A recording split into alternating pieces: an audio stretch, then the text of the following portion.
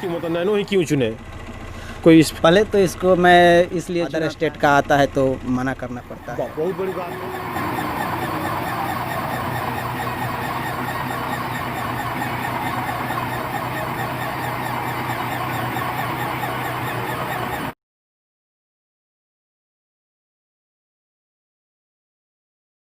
कहा जाता है कि टैलेंट किसी चीज का मोहताज नहीं होती।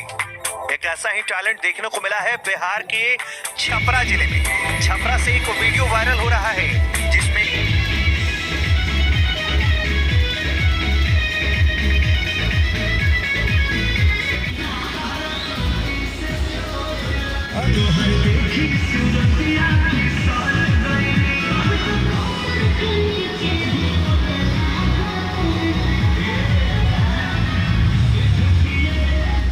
नमस्कार, मैं अभय आप सभी का फिर से स्वागत करता हूं अपने एक नए ब्लॉग में, एक नए वीडियो में। जैसा कि आप सभी को मालूम है, मैं कोशिश करता हूं आपको आपके बिहार की मिट्टी से, आपको छपरा की मिट्टी से, आपको घर की मिट्टी से, आपके गांव की मिट्टी से जोड़े रखूं। इसी क्रम में मैं आज हूं अपने गृह जिला यानी छपरा जिला के बनियापुर ब्लॉक में, जहां पे हम एक ऐसे टैलेंट से, एक ऐसी प्रतिभा से मिलाने वाले हैं आज, जिसने अपनी प्रतिभा के दम पे खुद ही अपने घर पे, अपने गांव में ही नैनो कार को हेलीकॉप्टर का रूप दे रखा है। जैसा कि आप सभी को मालूम है, प्रतिभा, टैलेंट किसी का मुहताज नहीं होता है, चाहे वो यूनिवर्सिटी का, चाहे किसी कॉलेज का, चाहे किसी गुरु का।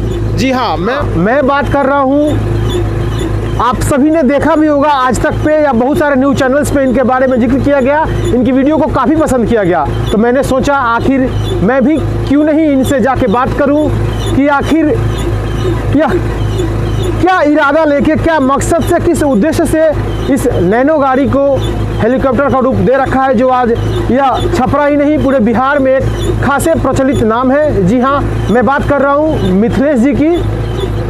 अभी मैं हूँ बनियापुर ब्लॉक के सहाजितपुर थाना के सरमी गांव में। जी हाँ, और जैसा कि आप देख रहे हैं, इस नैनो गाड़ी को एक हेलीकॉप्टर का प्रारूप दिया गया है।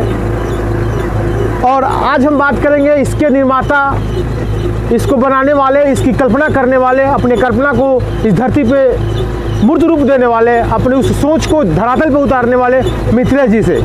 आज हमारे साथ है एक महान सोच के मालिक, एक छपरा की माटी के लाल मिथिलेश जी। मिथिलेश जी, स्वागत है आपका हमारे YouTube चैनल बिहार कनेक्शन में। तो पहली बात कि क्या सोच के आपने इस कार को बनाया, मतलब क्या दिमाग में आया कि पहली बार कि आपने इसको बनाना शुरू किया?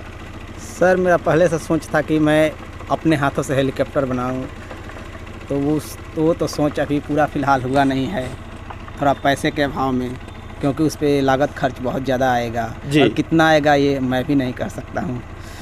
तो इसको सोचा कि पहले क्यों ना इसको बिजनेस लाइन में उतारा जाए। तो बिजनेस लाइन में यही मतलब दूल्हे के गाड़ी वगैरह में रथ के जैसा चलाने के लिए इसको मॉडिफाई किया। और फिलहाल तो ये चल रहा है। तो इनकी चाहत तो है कि उड़ने वाला हेलीकॉप्टर को बनाया जाए, इस धरती पे खुद से बनाए, लेकिन फाइनेंशियल प्रॉब्लम हो या आर्थिक परिस्थिति हो, उसको देखते हुए फ़िलहाल इन्होंने उड़ने वाला तो नहीं, लेकिन सड़क पे दौड़ने वाला हेलीकॉप्टर ज़रूर बना रखा है। जो जैसा कि ये बता भी रहे हैं कि ये जो लगन में, शादी विवाह का मौसम में ये दुल्हा दुल्हन के लिए ये बुकिंग भी करते हैं, तो इनसे इनकी कमाई भी होती है। तो इसके पहले मिथिलेश जी आप क्या करते थे? पहले तो पाइप फिटर का काम करता था। पाइप फिटर कहाँ पे, मतलब? गुजरात में। तो उसका अनुभव यहाँ पे काम आया, मतलब? हाँ, वो तो मतलब दिमाग को जितना विकसित कीजिए उतना ही मतलब उसमें। तो पहली बार जब आपने मतलब इस अच्छी ऑफ कोर्स चलने वाली गाड़ी होगी, तो उसको जब काटा तो मतलब घर से विरोध या घर से सपोर्ट क्या, मतलब कैसा रहा? घर से तो विरोध बहुत आया था, लेकिन मेरे बड़े भैया जो है वो बस बडी में काम करते थे पहले, और फिर फ़िलहाल में अभी पाइप फिटर का वो भी काम करते हैं। दोनों भाई पाइप फिटर का काम करते थे वहाँ पे, और उसको मतलब हमने राय दिया कि भैया ऐसे बनाया जाए। तो मैं और मेरे भैया का ये मतलब मेहनत है। सही बात है। किसी भी क्रिएटिव या किसी भी इनोवेशन के लिए पहले तो विरोध झेलना ही पड़ता है, चाहे वो घर का विरोध हो, समाज का विरोध हो या आस पड़ोस का विरोध हो। लेकिन इनके बड़े भाई ने इनका सहयोग किया, इनको सपोर्ट किया, इनके सोच को साथ दिया और आज वो सोच यहाँ पे धरातल पे ज़मीन पे दिख रही है। तो मिथिलेश जी, कितना दिन लग गया आपको टोटल इस मतलब पूरा मॉडिफाई करने में?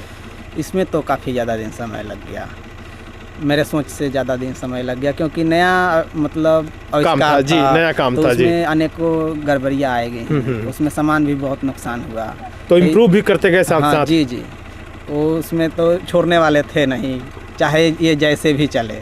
जैसा कि जुनून सवार था, चाहे जो भी हो, समय कितना भी लगे, अब खर्च कितना भी लगे, जब आगे पैर बढ़ा दिए हैं तो बस उस काम को पूरा करके ही मानेंगे। तो मिथिलेश जी, सबसे बड़ी बात मैं आपको बधाई देना चाहता हूँ, आपकी हिम्मत को दाद देना चाहता हूँ, जिन्होंने इस छोटे से गांव में, शहर में होता है तो हम स्टार्टअप या इनोवेशन के लिए वहाँ पे अलग से फंड होता है, वहाँ पे लोगों का सपोर्ट होता है, लेकिन इस छपरा के इस छोटे से गांव में इन्होंने जो हिम्मत की, वो हिम्मत को दाद देनी पड़ेगी। उनको बधाई के पात्र है, भले ही उड़े ना उड़े, लेकिन जो चलने वाला दौड़ने वाला हेलीकॉप्टर है उसके लिए सच में बधाई के पात्र है। तो मिथिलेश जी, मेरा अगला मतलब अभी कैसा फीडबैक मिल रहा है अभी समाज में या गांव के लोगों से? अभी तो बहुत अच्छा मिल रहा है। हाँ, अभी क्योंकि अब तो हद तक सफल अभी साथ में आ गया। हाँ, तो सही बात है, सफलता मिलने पे सभी लोग पीछे खड़े हो ही जाते हैं, लेकिन शुरुआत तो अकेले ही करनी होती है। जैसा कि आप सभी को मालूम है, नैनो का मॉडल टाटा का उतना सफल नहीं माना गया। ये बाज़ार में जितनी मार्केट पकड़नी चाहिए थी, जितनी बिकनी चाहिए थी, उतनी नहीं बिकी। एक तो इसे बोल सकते हैं कि ये सफलतम गाड़ियों में से नहीं है, लेकिन मिथिलेश जी के लिए यह गाड़ी एक सफल बन के आई, इनके जीवन में एक सफलता के नए, एक सफलता की, एक फेम की, जो एक प्रसिद्धि की एक नई कहानी लेके आई है। तो कम से कम इनके लिए तो नैनो एक सुपर लक साबित हुई ही है। तो नैनो गाड़ी ही मतलब क्यों, और कोई गाड़ी क्यों, मतलब नैनो ही क्यों चुने? कोई पहले तो इसको मैं इसलिए चुना था कि ये उड़ाने वाले मकसद से बनाने के लिए। हाँ, इसको तो उड़ाने वाले मकसद से ये गाड़ी चुना था। फिर सोचा कि नहीं, इसको पहले रोड पे चलाने वाला बनाया जाए और उसमें क्या क्या कमियां आती है उसको दूर किया जाए। तो इसका इंजन बहुत हल्का आता है, इसी पर्पज से। अच्छा, जैसे नैनो हल्की गाड़ी में है, तो इनका मतलब जो शुरुआत था वो उड़ने का ही था, लेकिन खैर उड़े नहीं, इसीलिए इन्होंने नैनो चुना। बहुत बड़ी बात बताई है इंजन के लिए जी। हल्का इंजन है और जो बॉडी है वो भी हल्की है, तो ये उड़ाने के पर्पस से शुरू किया गया था, तो इन्होंने नैनो चुनी। तो अभी आप शादी ब्याह में जाते हैं तो दूल्हा दुल्हन भी इस पे बैठते होंगे विदाई में। जी। तो मतलब कभी उन्होंने अपना अनुभव शेयर किया कि नहीं किया? अनुभव तो बहुत अच्छा शेयर किया है, क्योंकि जब अनुभव उनका अच्छा नहीं होता तो फिर इस पे लाइक नहीं करते वो। जी, सही बात है। इसको मानते नहीं, क्योंकि इस हिसाब से देखा जाए तो उनका बहुत अच्छा अनुभव है, बहुत इसका डिमांड आता है और दूर दूर से भी इसका डिमांड आता है। तो उतना तो सक्सेस है नहीं कि मतलब दूर का सटा मैं वो बुकिंग कर सके जी। अदर स्टेट का आता है तो मना करना पड़ता है। बहुत बड़ी बात है। इनके इन इनोवेशन से बाकी दूसरे राज्यों से भी, बिहार के बाहर से भी बुकिंग के लिए कॉल आता है, लेकिन सही बात है और इनकी अपनी कुछ लिमिटेशंस हैं, कुछ सीमाएं हैं, इसके बाहर नहीं जा पाते हैं जी। इसमें तो मतलब एक रखे हैं कि मतलब कोई अदर स्टेट से बनवाना चाहते हैं तो हमारे यहाँ वो व्यवस्था है, हम बना कर दे देंगे, तो इसके लिए तो सुविधा उपलब्ध है। That's great. अगर आप बिहार से बाहर के हैं या बिहार से ही हैं, अगर आप भी चाहते हैं कि ऐसी गाड़ी को मॉडिफाई किया जाए, तो मिथिलेश जी से नीचे दिए गए नंबर पे, स्क्रीन पे जो नंबर दिख रहा है उस पर आप डायरेक्ट बात कर सकते हैं, या इस बॉडी के पीछे जो टेल पे जो नंबर लिखा हुआ है उस पे भी आप कॉल करके सीधे मिथिलेश जी से बात कर सकते हैं और मॉडिफिकेशन से संबंधित इनसे जानकारी ले सकते हैं, मॉडिफिकेशन करवा सकते हैं। जी।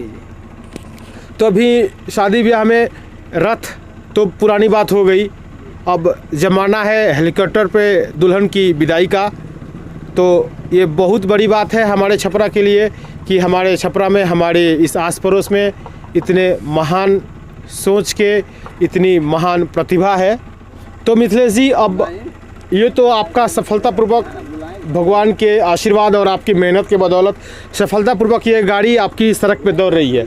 तो अब इसके आगे क्या प्लान है आपका? जैसे क्योंकि अब आप तो एक सफल व्यक्तियों में हैं, तो हम ये लोग और हम भी आशा करते हैं कि इसके आगे क्या सोच है, इसके आगे क्या सोचा है आपने?